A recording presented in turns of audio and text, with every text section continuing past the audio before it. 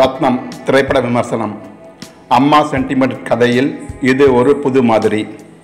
விஷால், பிரியா பவானி சங்கர், சமுத்திரக்கனி, யோகி பாபு, இறுதியில் ஒய்ஜி மகேந்திரன் ஆகியோர் நடித்துள்ளனர். இயக்கம் ஹரி.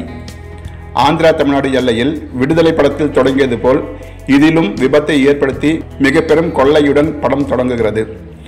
அதைத் தொடர்ந்து வேலூரில் விஷால் எம்எல்ஏ சமுத்திரக்கனி அடியாளாக காவல்துறை தட்டி கேட்க வேண்டிய அநியாயங்களை தனியாளாக தட்டி கேட்கிறார்.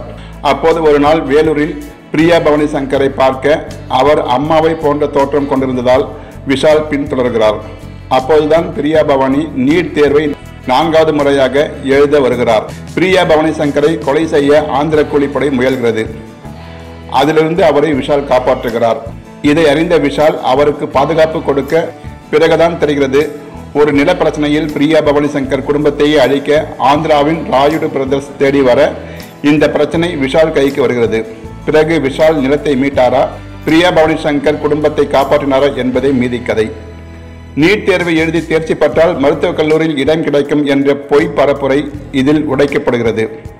பிரியா பவானி சங்கர் 3 முறை நீட் தேர்வு எழுதி வெற்றி பெற்றும் அவருக்கு சீட்டு கிடைக்கவில்லை என்று சொல்லியிருப்பது நீட் தேர்வு மாணவர்களை எந்த அளவுக்கு மன உளைச்சலுக்கு ஆளாக்குகிறது என்பதை எடுத்து காட்டுகிறது. பணத்தை கொடுத்தால் நாய் சின்னத்தில் போட்டியிட்டாலும் எந்த நாயும் இங்கு வெற்றி பெறும் என்று சமுத்திரக்கனி பேசும் வசனம் இன்றைய அரசியலை அப்படியே படம் பிடிக்கிறது. படம் முழுக்க வெட்டு, குத்து, ரத்தம் என்று இருப்பது கொஞ்சம் நெருடலாக உள்ளது. இளைய தலைமுறையினர் இதனை பார்க்கும்போது அனைத்திற்கும் வன்முறையே தீர்வாகும் போல் உள்ளது ஒரு பக்கம் இருந்தாலும், காவல்துறை அதிகாரிகள், அரசு அதிகாரிகள் எல்லாம் குற்றவாளிகளுக்கு எந்த அளவுக்கு உறுதுணையாக இருக்கிறார்கள் என்ற நடைமுறையும் காட்டப்பட்டுள்ளது. விஷால் சண்டை கோழியாகவே வலம் வருகிறார். மொட்டை ராஜேந்திரனும் யோகி பாபுவும் அவ்வப்போது வந்து சிரிக்க வைக்க முயற்சி செய்கிறார்கள். நம்மால் தான் சிரிக்க முடியவில்லை. ஆனால் திரையரங்கில் ஒரு சிலர் சிரிப்பொலியை கேட்க முடிந்தது. இடையில் இயக்குனர் கௌதம் மேனன் வருகிறார். ஒரு சில வசனங்களை அமர்க்கலமாக பேசுகிறார். பிரியா பவானி சங்கர் உணர்ச்சி பூர்வமான காட்சிகளில் ஒன்றி நடித்துள்ளார். வில்லன்கள் ஒவ்வொருவரும் தனி ரகம். இறுதியில் ஒய்ஜி மகேந்திரன் வருகிறார். ஒரு சில காட்சிகளில் வசனம் பேசுகிறார், பிறகு சாகிறார். பழைய போட்டோவை பார்த்து பாசத்துக்கு ஏங்குவது போன்ற காட்சிகள் ஏற்கனவே நிறைய படங்களில் பார்த்தது.